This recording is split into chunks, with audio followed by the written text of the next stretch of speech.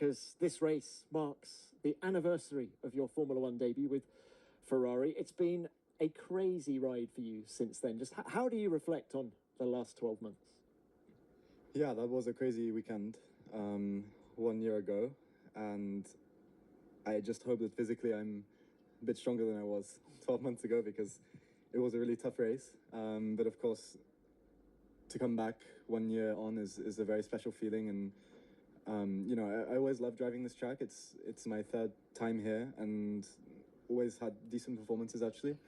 And then of course to have my debut as well, it means I think this track will always be quite special to me. So really happy to be back. Ollie, what is it about this track that ensures you do go as well as you do? Well, I'm not speaking ahead of time, but in F2 it went pretty well for us. I think we had a really good car here, and okay, F1 wasn't as good, but still it was a debut which was amazing. And the track is really cool. It's really high grip, which is always fun for us as drivers. And the walls are close, which is always interesting. It's really high speed, high commitment track, and just a fun one to drive. I think it's a highlight for a lot of us during the season. A lot of risk and reward. Exactly. Yeah. Now, you've shown great consistency, 3 points finishes in the last 3 races. Just give us an overview of how you feel it's going this year for you. Yeah, I'm quite happy with how it's going. Of course, the race in Bahrain was a mixed bag. Qualifying was very poor, but we got a bit of fortune in the race with the safety car to maximize and score a point, which was great. The other 2 races, you know, we really deserve to be up there and scored some good points. And we've had 2 races now with both cars in the points, which is really, really good. And yeah, of course, Australia was really difficult, but we turned it around pretty quickly and bought a small upgrade to the car, which allowed us to run it more in the window that we want to. And now we're able to extract a lot of performance out of it, which is nice. A lot of performance. So what is possible this weekend? Who knows? We came to Suzuka not expecting much because of the nature of the track, and we were in Q3 and scored points. Bahrain, I was not really sure what we could achieve because we hadn't done much low fuel there. But you know, without Esteban's problem, I think he could have been in Q3. And then again, it's the same. I'm still thinking of Australia a little bit in the back of my mind, but I know that we can have a good weekend. So let's see how it goes. Yeah, no predictions. All right. Well, very good luck with that. Thank you, Ollie. Let's come to Alex now. Big picture stuff, first of all.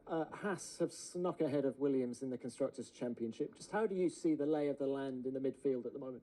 Yeah, it was interesting. I don't think after Melbourne would have ever said that Haas were going to be in the mix, and then they came back very strongly. So it seems like they've obviously designed their car and focused on their race car quite a lot, and it seems to be paying off for them.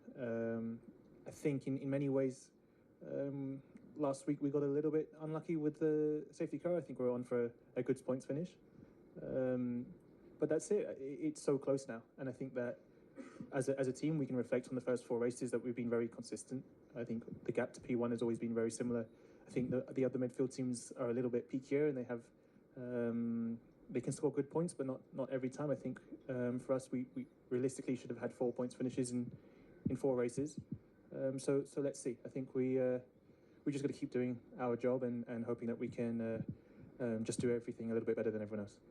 Alex, how much personal satisfaction are you taking from this season? As you say, coulda, woulda, shoulda, but 4 points finishes in a row was possible. It feels very different to any of your previous seasons in Formula One. How much satisfaction does that give you? Yeah, honestly, yes. It's been a really strong start to the season for us, and we felt good in the car. From the first lap, we drove in the shakedown at Silverstone. It's given us a good feeling. It's much more enjoyable to drive, and honestly, I'm just enjoying the racing out there. I feel like that midfield pack has become so tight. In Bahrain, in Q1, we just didn't get things optimal, and that's it, you're out straight away. So there's a lot of pressure on every lap that you do in the midfield right now, and that's exciting. And it feels like every race you go in, not knowing where you're going to come out, and yeah, it's been the most enjoyable so far season of Formula One for me. There's another variable this year. Pirelli have gone one step softer on the compounds, the tyre compounds. Do you expect that to cause any issues? It will be interesting. I think that they are soft, and we've seen in the past that sometimes the very soft tyres are a little bit different the way that they feel in high-speed corners. And this weekend is definitely a high-speed track, so it will be interesting to know how we can get the C5s working this weekend. I think, as it has been every year, every weekend so far, the tyres are very sensitive, and if you can get them in the right window, it's the difference maker. I think all the cars now in the midfield are so close together that if you're in that right window, that's Q3. All right. Well, best of luck. Thank you very much, Alex and Gabriel. Let's come to you now. First of all, what are your predictions as to how it's going to feel to drive this racetrack? You're going to be going 14 seconds a lap faster than you were in F2, I think. What does it feel like on the sim, at least? Well, it feels absolutely crazy fast. So, yeah, very different. Definitely very different approaches as well on driving technique compared to F2. Probably one of the tracks that you're going to have the most difference on techniques on the way you drive compared to Formula 2, you know, especially in the first sector with the high speeds. So very interesting. I'm looking forward to trying it. And if there's something fun about these Formula 1 cars, is the high speed that we go. So, yeah, looking forward to it. You come here on the back of a slightly difficult weekend in Bahrain. What were the take-home messages for you from the last race?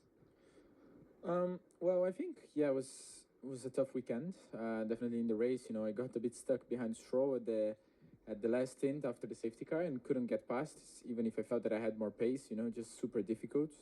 But yeah, I mean, just another race weekend. It's just the beginning of my season. There's a lot of things that we took as a learning from my side, from the team side as well. And yeah, now we try to apply everything in here.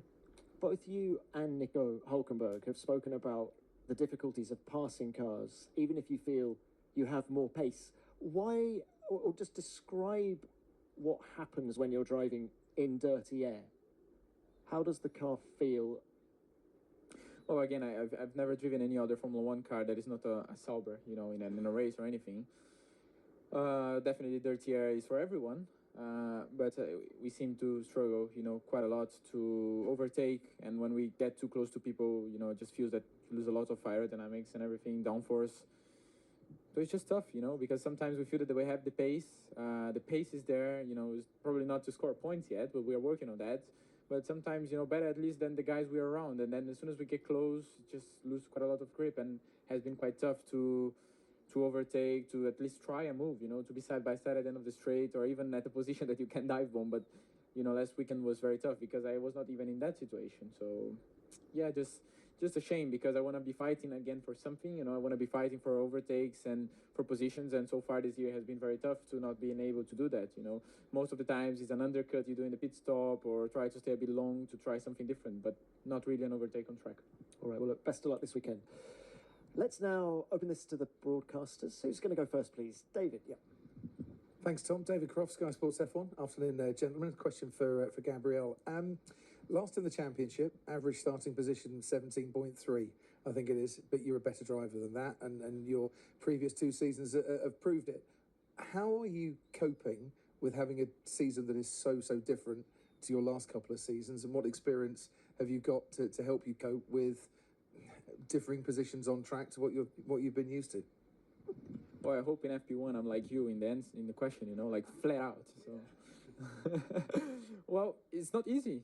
If I'm honest, it's not easy. You know, you come from 2 championships. You are used to, you know, being in this room, but actually after a race, you know, because you win or you are in the podium, and now for us it's already a mega job if you are going to Q2 or fighting for Q3. But, you know, there is always going to be someone paying this price at the beginning. If you see George Russell at the beginning of his Formula 1 career, I don't think he scored a point in his first season in Formula 1 or something like this. And now, you know, he's one of the best drivers in the grid and doing such a great job. And I wouldn't say fighting for the championship right now, but he's constantly in the podium or fighting for things. So it's all about having patience. There's nothing much I can do right now. Just learn, try to grow as a driver in these tough moments, and do a better job every race weekend.